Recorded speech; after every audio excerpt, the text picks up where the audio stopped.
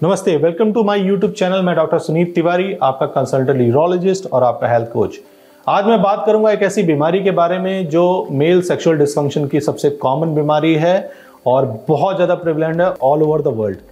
सबसे इम्पॉर्टेंट है कि ये बीमारी जो है वो है लिंग में तनाव की कमी होना, यानी इरेक्टाइल डिस्फंक्शन।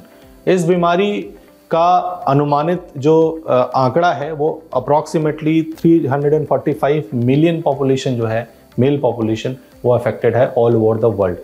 तो प्रॉब्लम बहुत ज़्यादा है और नॉलेज बहुत कम है, लोगों के जो जागरूकता है वो बहुत कम है, खासकर इंडियन पॉपुलेशन में, कि ये क्यों होती है, इसके इलाज क्या हैं, इसके इलाज के स्टेप्स क्या हैं, स्टेप वाइज इसका इलाज कैसे होता है। तो आज प्राइमरली हम इस वीडियो में बात करेंगे कि ये होता क्यों है और लिस्ट बताएंगे आपको कि किस तरह से इसका इलाज, क्या क्या ऑप्शंस हैं आपके पास। तो चलती स्टार्ट करते हैं वीडियो। अगर हम डिवाइड करें इरेक्टाइल डिस्फंक्शन को तो वो होती है वस्कुलर, यानी कि ब्लड सप्लाई कम होना। दूसरा होता है नर्व, यानी कि नर्व सप्लाई अफेक्ट हो जाती है। तीसरी होती है साइकोजेनिक, यानी कि जिसमें समस्या होती है आपके बिहेवियर से, आपके एंजाइटी को लेकर, आपके जो मिस इन्फॉर्मेशन है उसको लेकर अगर आपको इरेक्टाइल डिस्फंक्शन होता है तो उसको साइकोजेनिक इरेक्टाइल डिस्फंक्शन कहते हैं। चौथा ऑप्शन होता है हार्मोनल। अगर आपके शरीर में हार्मोनल इम्बैलेंस है तो उसकी वजह से भी आपको इरेक्टाइल डिस्फंक्शन हो सकता है। तो सबसे पहले हमको बनावट समझना इंपॉर्टेंट है कि पेनिस की बनावट कैसी होती है। पेनिस का जो इरेक्टाइल फंक्शन होता है, पेनिस में 3 सिलेंडर्स होते हैं। अगर मोटा मोटा देखें कि पेनिस जो है वो 3 सिलेंडर से मिलकर बना होता है।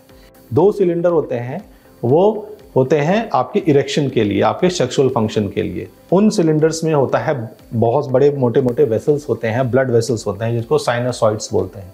उन साइनोसॉइड्स में जब आप सेक्सुअली मोटिवेटेड होते हैं या फिर सेक्सुअली एक्टिव होते हैं तो फिर आपकी जो ब्लड सप्लाई होती है वो वहाँ पर ब्लड पंप होके पहुँचना शुरू होता है और आपका पेनिस इरेक्ट अवस्था में हो जाता है। उस इरेक्शन को बना के रखने के लिए उसमें वेन्स जो होती हैं, उसमें वॉल्स होते हैं या फिर जो स्ट्रक्चर्स होते हैं, जो पेनिस की कवरिंग होती है जिसको पेनाइल फेशिया बोलते हैं, वो उन वेन्स को कंस्ट्रिक्ट कर देता है इरेक्शन के बाद, जिसकी वजह से वो ब्लड वापस से नहीं जा पाता, तो इरेक्शन मेंटेन होकर रहता है। तो इरेक्टाइल डिस्फंक्शन की डेफिनेशन जो है वो यही है कि अगर आप इरेक्शन स्टार्ट नहीं होता या इरेक्शन मेंटेन नहीं होता, क्या एक बार इरेक्शन में प्रॉब्लम आने पे हम इरेक्टाइल डिस्फंक्शन बोलते हैं?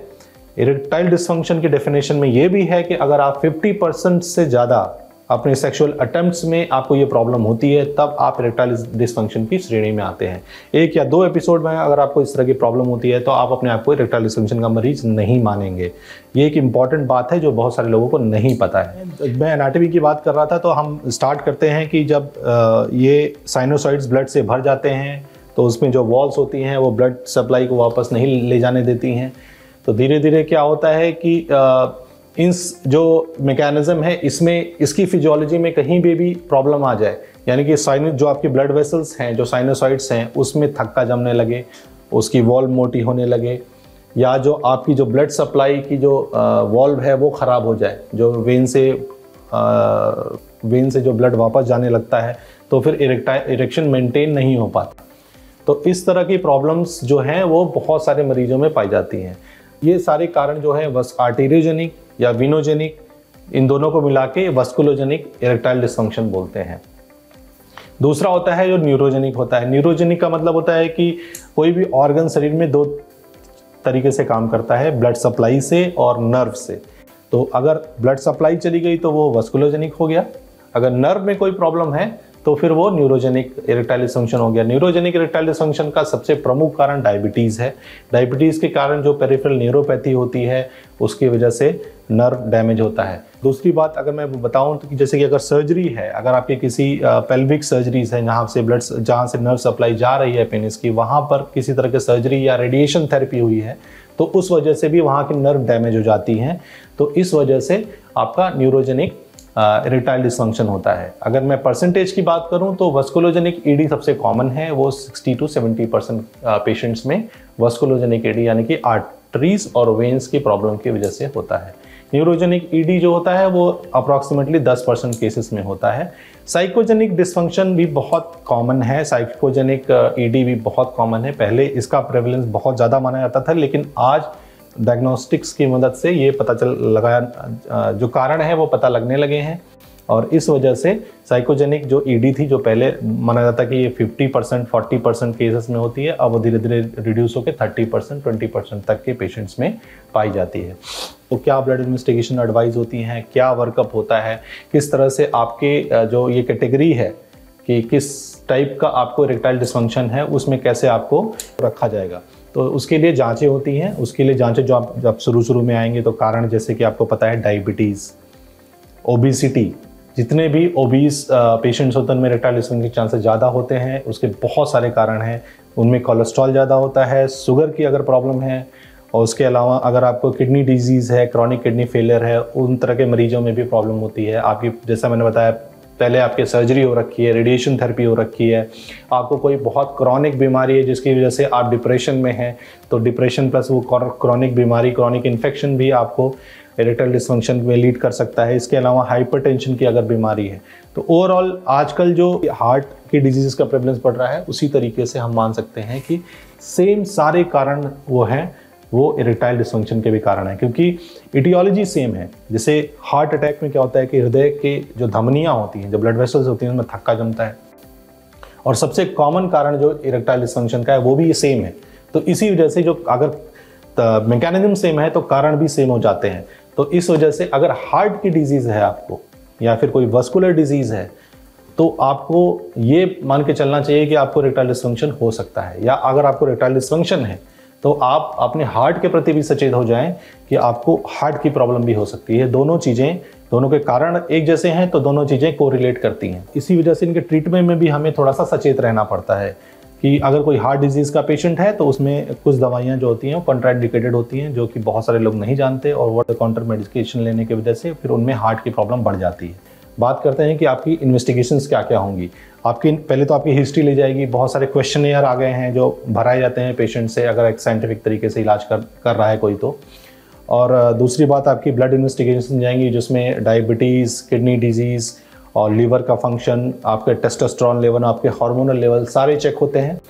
उसके बाद आपका कराया जाता है पेनाइल डॉपलर, जो कि ड्रग्स की मदद से आपके पेनिस में इरेक्शन इंड्यूस किया जाता है, और उसके बाद उसका एक डॉपलर यानी कि अल्ट्रासाउंड किया जाता है, कलर डॉपलर जिसको बोलते हैं। उससे आपके ब्लड वेसल्स की जांच होती है कि आपके ब्लड वेसल्स इंटैक्ट हैं, उसमें ब्लड सप्लाई प्रॉपर है या नहीं है। तो वस्कुलोजेनिक ईडी के बारे में पता चल जाता है कि आपकी जो इरेक्टाइल डिसफंक्शन है वो वस्कुलोजेनिक है या नहीं है। और इसके अलावा बहुत सारी हिस्ट्रीज में भी, जैसे कि मॉर्निंग इरेक्शंस अगर आपको आ रहे हैं तो फिर इसका मतलब आपकी वस्कुलर सप्लाई बढ़िया है, और इस तरह हिस्ट्री से भी थोड़ा आइडिया लगने लगता है। तो ये सारी बैटरी ऑफ इन्वेस्टिगेशंस करके हम अल्टीमेटली आपको कैटेगराइज करते हैं कि आप किस तरह की ईडी में हैं, और उसके हिसाब से उसका इलाज होता है। तो एक बार आप कैटेगराइज होते हैं तो फिर आपके पास ऑप्शंस क्या क्या हैं। तो ऑप्शंस में सबसे इम्पॉर्टेंट है कि आप बिना किसी कंसल्टेंट की मदद से, बिना किसी एंड्रोलॉजिस्ट की मदद से इस तरह की दवाइयाँ ना लें। Starting from the oral medication, जो आपकी टैबलेट्स आती हैं, बहुत सारी हैं, सिल्डेनाफिल, टेडालाफिल, आजकल नई आ गई है एवानाफिल, जो लेसर साइड इफ़ेक्ट्स के साथ है। ये ओरल मेडिकेशंस होती हैं। पुराने ज़माने में इंट्रापेनाइल इंजेक्शंस लगाए जाते थे, जो एल्प्रोस्टाडिल होती थी या फिर पापावेरिन होती थी, इन सब के मिक्स भी होते थे, जिसको बाई मिक्स, ट्राई मिक्स कहा जाता था। इसके अलावा वैक्यूम डिवाइसेस होती हैं, जिसको पिनाइल पंप बोला जाता है। पिनाइल पंप से इमीडिएट इरेक्शंस जनरेट किया जा सकता है। और इसके बाद आती हैं shock wave therapy. Shock wave therapy भी बहुत इंपॉर्टेंट थेरेपी है, जो आजकल बोला जाता है। उसके बारे में बहुत सारी रिसर्च हो रही हैं, लेकिन अभी कोई कॉन्क्रीट एविडेंस नहीं है, बट एक प्रॉमिसिंग रिजल्ट्स इनिशियल जो रिसर्चेस हैं उसमें आ रहा है। इसके अलावा जो आपकी पीआरपी थेरेपीज़ आजकल नोवेल थेरेपीज़ हैं, बहुत सारे लोग इसके बारे में वीडियोस भी बना रहे हैं। तो पीआरपी थेरेपीज़ जो हैं वो इंजेक्शंस लगाए जाते हैं। आपके प्लेटलेट रिच प्लाज्मा जो है उसका इंजेक्शंस आपके पेनिस में लगाया जाता है, जो ग्रोथ को इंड्यूस करता है। लास्ट रिजॉर्ट है सर्जरी, वो है आपका पिनाइल इम्प्लांट। पिनाइल इम्प्लांट के बहुत सारे टाइप्स हैं, लेकिन ये हमेशा एक लास्ट रिजॉर्ट होना चाहिए। इनिशियल फेजेस में, मॉडरेट माइल्ड फेजेस में इस पिनाइल इम्प्लांट बिल्कुल भी नहीं लेना चाहिए, क्योंकि पिनाइल इम्प्लांट एक इरिवर्सिबल प्रोसेस है। उसके बाद आपके पेनिस में कुछ नहीं हो सकता, क्योंकि जो आपकी साइनोसॉइड्स होते हैं वो पिनाइल इम्प्लांट डालते समय पूरी तरह से निकाल दिया जाता है।